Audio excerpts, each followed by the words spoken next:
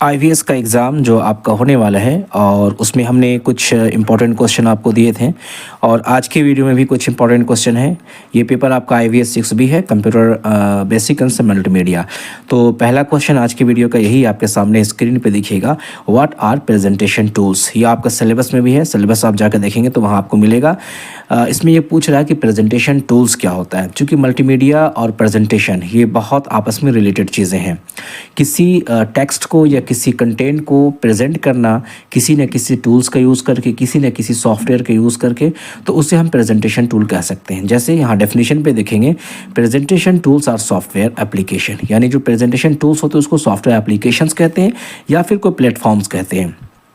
Use to create and deliver visual presentation, यानी जो चीज़ें होती हैं उसको विजुअली दिखाया जाता है, लोग देखते हैं उसको। आप स्क्रीन पे दिखा सकते हैं, आप प्रोजेक्टर पे दिखा सकते हैं, मोबाइल पे दिखा सकते हैं। These tools typically include features for creating slides, और ये टूल्स के अंदर क्या क्या फीचर्स होते हैं, क्या क्या खासियत होती है, इसकी क्या क्या विशेषताएँ।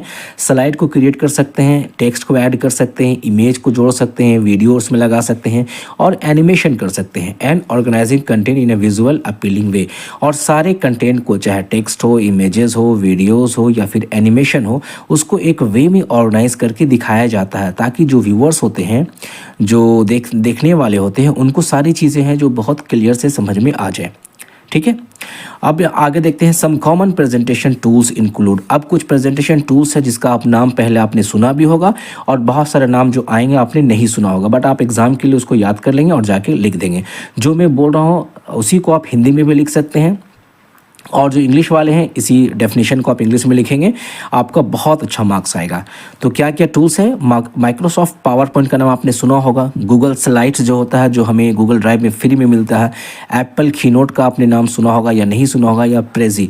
ये सब प्रेजेंटेशन टूल्स होते हैं जिसका यूज़ करके, चाहे वो बिजनेस में हो या मीटिंग में हो या एकेडमिक हो या लेक्चर्स हो, जो चीज़ें होती है उसको दिखाया जाता है और उसको डिस्प्ले किया जाता है। तो यहाँ तक कंसेप्ट क्लियर है, बट ये क्वेश्चन कंप्लीट अभी नहीं हुआ। इसके कुछ टाइप्स होते हैं। कौन कौन सा टाइप्स प्रेजेंटेशन टूल्स का होता है उसमें सबसे पहले देखेंगे स्लाइड बेस्ड टूल्स। ठीक है, इसको एक एक लाइन का है।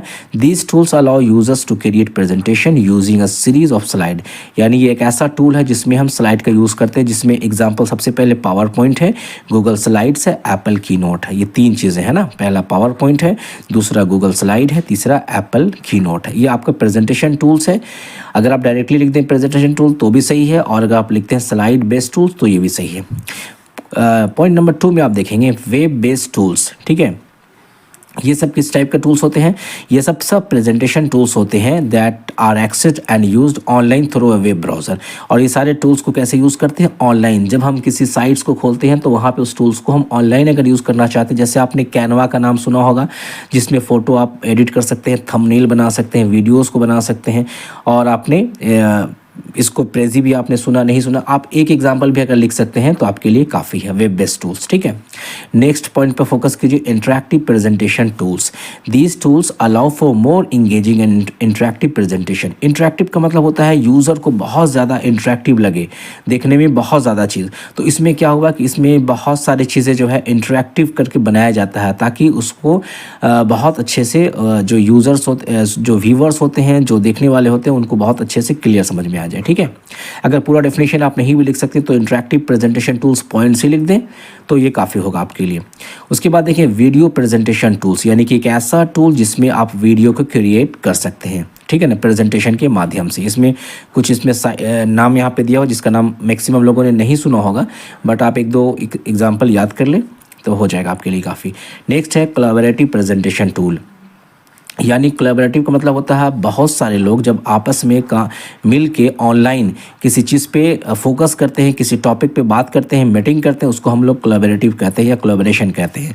These tools allow multiple users to collaborate on a presentation in a real time. Examples include Google slides, Microsoft PowerPoint with cloud storage and Zoho show. तो यानी कि ये चीज़ें हैं, अगर इसका यूज़ करके हम ऑनलाइन काम करना चाहते हैं एक साथ मिलकर, तो उसको हम कहते हैं कोलैबोरेटिव प्रेजेंटेशन टूल्स। तो ये आई थिंक आपको समझ में आ गया होगा। कुछ और भी जैसे प्रेजेंटेशन मैनेजमेंट टूल है, ये भी आप लिख देंगे। इसमें कुछ स्लाइड शेयर, स्लाइड डॉग है, क्लियर स्लाइड है, ये नाम है। फिर mobile presentation apps, these are presentation tools design specifically for use on mobile device. Examples include Microsoft PowerPoint को मोबाइल में यूज़ कर सकते हैं, गूगल स्लाइड को भी यूज़ कर सकते हैं। मतलब घुमा फिरा के ये दो चीज़ें हैं, पावर पॉइंट और गूगल स्लाइड बार बार आ रहा है, तो आप इसको एग्जाम्पल में ज़रूर मेंशन कीजिएगा प्रेजेंटेशन टूल्स में। अगर लॉन्ग क्वेश्चन में आएगा तो पूरा का पूरा लिखिएगा, ठीक है। अगर शॉर्ट में आएगा तो एक दो पॉइंट लिख के आप निकल जाइएगा वहाँ से। ओके, ये आज के लिए पहला क्वेश्चन हो गया। चलिए बढ़ते हैं दूसरे क्वेश्चन की तरफ से। सिलेबस ही से क्वेश्चन उठाया गया है, object generation which includes video sound. यानी कोई ऐसा हम ऑब्जेक्ट तैयार करें जहाँ पे वीडियो और साउंड को दोनों को साथ में क्या करें, इंक्लूड किया जाए, ठीक है। तो पहले यहाँ देखते हैं, उसके बाद आपको हम समझाते हैं। देयर आर सेवरल वेज, बहुत सारे तरीका हो सकता है टू अप्रोच दिस, इस चीज़ को अचीव करने के लिए। जो ऊपर में क्वेश्चन लिखा हो उसको हासिल करने के लिए, अचीव करने के लिए बहुत सारे वेज हो सकते हैं, जिसको हम रास्ता भी कहते हैं। बहुत सारे रास्ता हो सकते हैं depending on your specific needs and context, आपकी ज़रूरत के हिसाब से या फिर आपके जो कंटेक्स्ट है उसके हिसाब से, ठीक है। तो सबसे पहले देखते हैं पहला पॉइंट क्या है, वीडियो एडिटिंग सॉफ्टवेयर। ऐसा अगर आप इसमें अगर नहीं भी पढ़ के जाते हैं ना, तो बहुत सारे लोग ऐसे यूज़र्स होते हैं, मोबाइल यूज़र्स या स्मार्टफोन चलाने वाले, उनको बहुत सारे चीज़ें मालूम होती है, वीडियो एडिटिंग का वाला सॉफ्टवेयर, प्रेजेंटेशन सॉफ्टवेयर। तो आप जो जानते हैं ना वही उसी को लिख देंगे, ठीक है। इसमें कुछ नया चीज़ नहीं है, बल्कि आप जो चीज़ें आप प्रैक्टिकली आप जो यूज़ करते हैं, जो आपके पास जो एक्सपीरियंस है उसी को आप अपनी भाषा में लिख देंगे तो भी आपको मार्क्स मिल जाएगा। मतलब ऐसा प्रेजेंटेशन जहाँ पे वीडियो और ऑडियो दोनों को साथ लगा दिया जाए, ठीक है।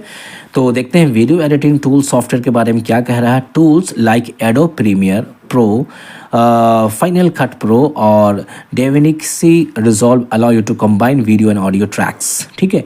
यानी ये सारे टूल्स हैं जिसमें वीडियो और ऑडियो ट्रैक्स दोनों को कंबाइन किया जाता है। सिंक्रोनाइज देम, यानी उसको एक वे में किया जाता है, and export them as a single object. अब करने के बाद क्या होता है, उसको एक सिंगल ऑब्जेक्ट में किया जाता है। जैसे मैं आप सिंपल एग्जांपल बता रहा हूँ, अगर मैं पावर डायरेक्टर से मैं यूज़ करता हूँ पावर डायरेक्टर, और कभी कभी मैं काइन मास्टर भी यूज़ करता हूँ। तो यहाँ पे मैं क्या कर रहा हूँ, हमारे लैपटॉप में स्क्रीन रिकॉर्ड हो रहा है, हालांकि हमारे लैपटॉप में ऑडियो भी हो रहा है, बट मैं ऑडियो जो है माइक से रिकॉर्ड कर रहा हूँ ताकि आवाज़ और क्लियर हो जाए। तो अब देखिए मेरी जो यहाँ पे जो ऑडियो है उसको प्लस स्क्रीन से जो रिकॉर्ड हो रहा है वो वीडियो, दोनों को मैं अटैच करके यूज़ करता हूँ, या तो पावर डायरेक्टर या फिर काइन मास्टर, दोनों का यूज़ करके फिर हमारे पास नया निकल के आता है एक वीडियो या हमारा लेक्चर। इसी को कहा गया है export them as a single object, यानी एक सिंगल ऑब्जेक्ट में निकाला जाता है, ठीक है। अगला देखें यहाँ पे presentation software, some presentation tools like Microsoft PowerPoint और Google Slides allow you to embed video and audio files. यानी इम्बेड का मतलब होता है जोड़ना, ठीक है ना। इम्बेड का मतलब क्या होता है, जोड़ देना।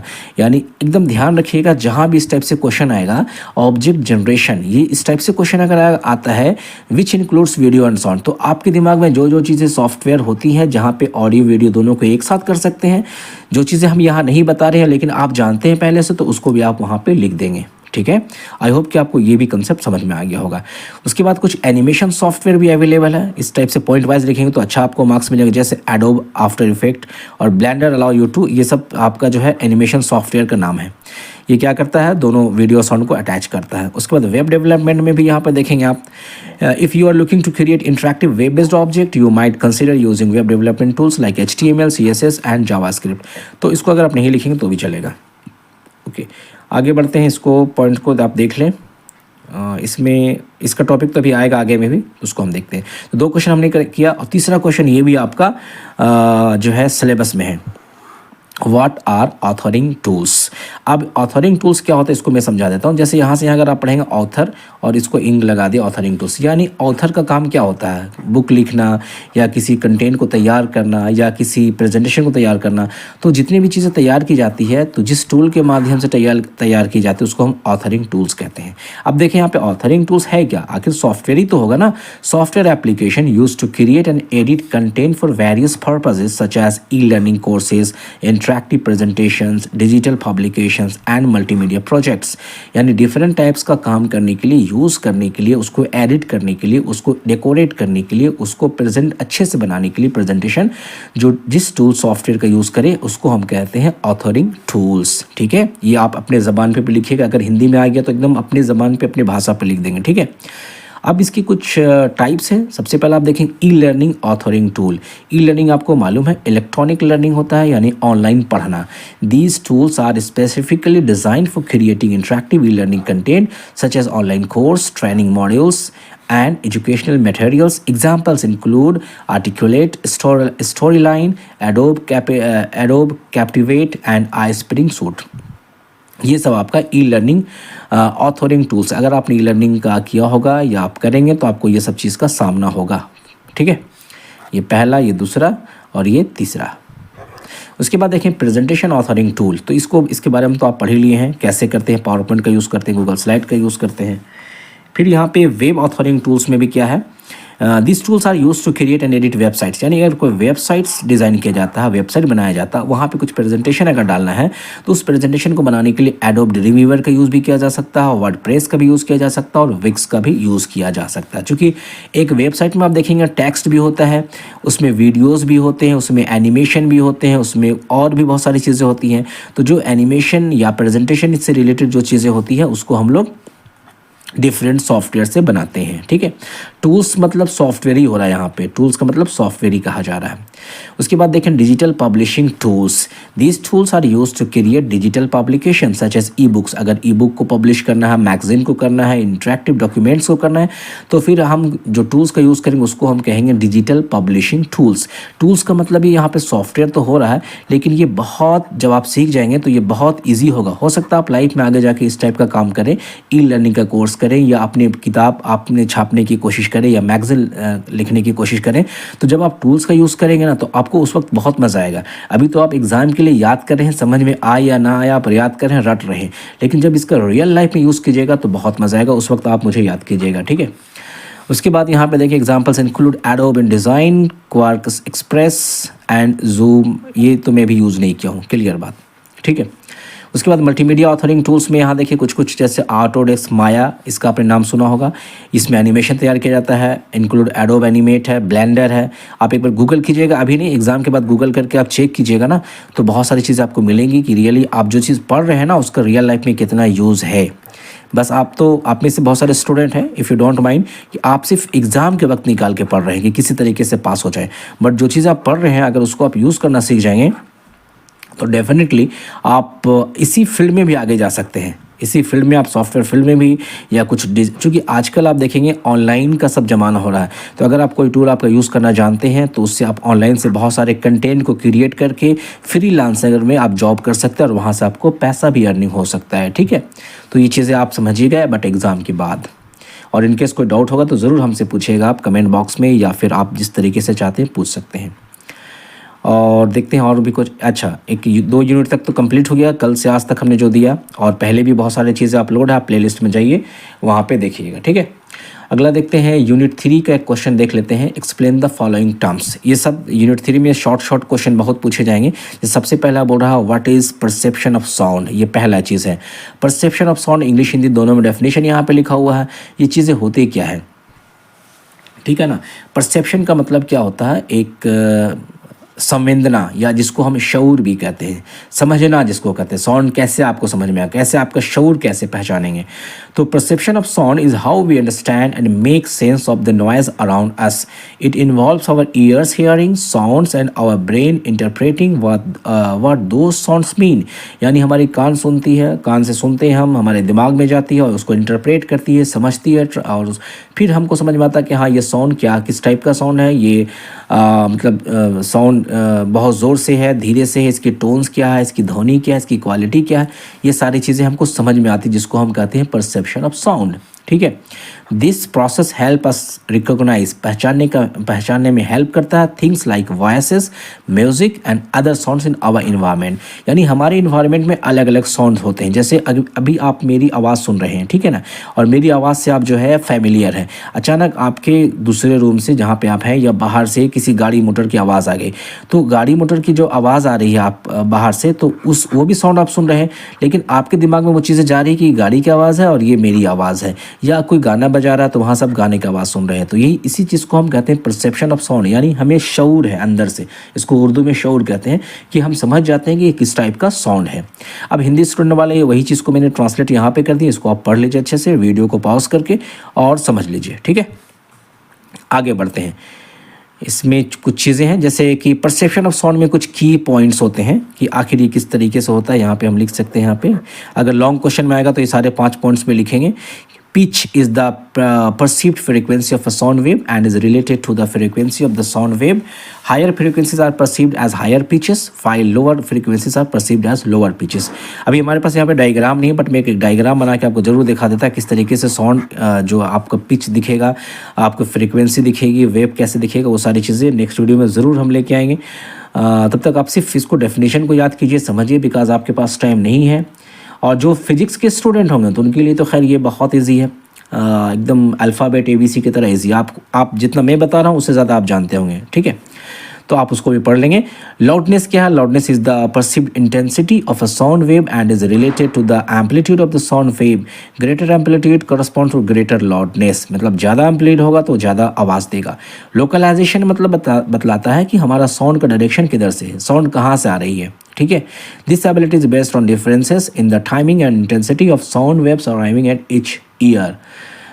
ये लोकलाइजेशन हो गया। टिम्बरे क्या? Timbre is the quality of a sound that distinguishes, यानी एक साउंड की क्वालिटी है या टोन भी कह सकते हैं इसको हम, it from other sounds of the same pitch and loudness. It is determined by the complex interplay of the various frequency present in the sound wave.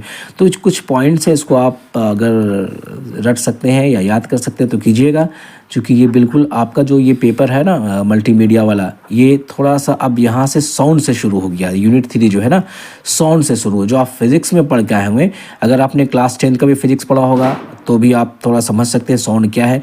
अगर आपको और डिटेल्स में समझना है तो आप जाके खुद से भी साउंड से कुछ आप सर्च कर सकते हैं, देख सकते हैं, बट आपके पास मुझे पता है टाइम नहीं है, तो आप बेहतर आपको इस सारे क्वेश्चंस के सॉल्यूशन को याद कर लीजिए और एग्ज़ाम देखिए, उसके बाद में सीखने की ख्वाहिश होगी तो सीखिएगा, वरना आप सेमेस्टर 3 में अपनी पढ़ाई जारी रखिएगा। आई होप कि इतना आज के लिए काफ़ी है। मिलते हैं नेक्स्ट टाइम नेक्स्ट वीडियो के साथ। Thank you very much.